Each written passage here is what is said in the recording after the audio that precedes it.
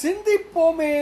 1850 குரு லிங்க தவரையும் தொல் இருளாய் பண்ணிய தீமலம். ஸ்ரீ அம்பலவாண தேசிகர் விளக்குகிறார்.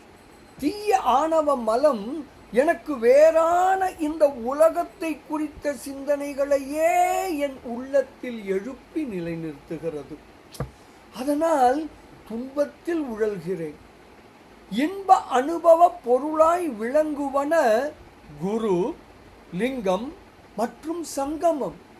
ஆனால் அப்படிப்பட்ட குரு, லிங்கம், சங்கமங்களையே பழமையான இருளாக கருதச் செய்கிறது அந்த தீய மலம்.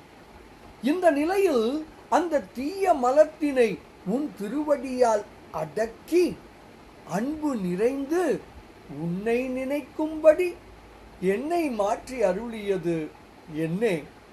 தில்லை கூத்தனே கூறி அருள்வாயாக. இப்படியாக என்னிடம் விபரீத உணர்வை எழுப்புவது ஆணவமே என்று விளக்குகிறார் ஸ்ரீ அம்பலவாண தேசிகர். பாடலை காணலாமே.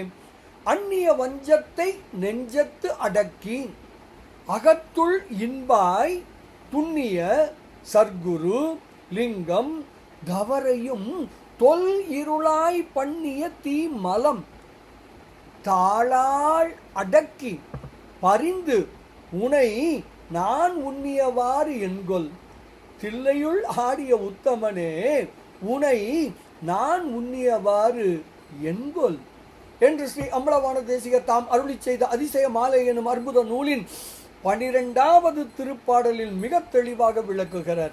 மலம் அறிவோம், அருள் உணர்வோம், பேரானந்தத்தில் திளைப்போம் திளைப்போம் திளைப்போம்.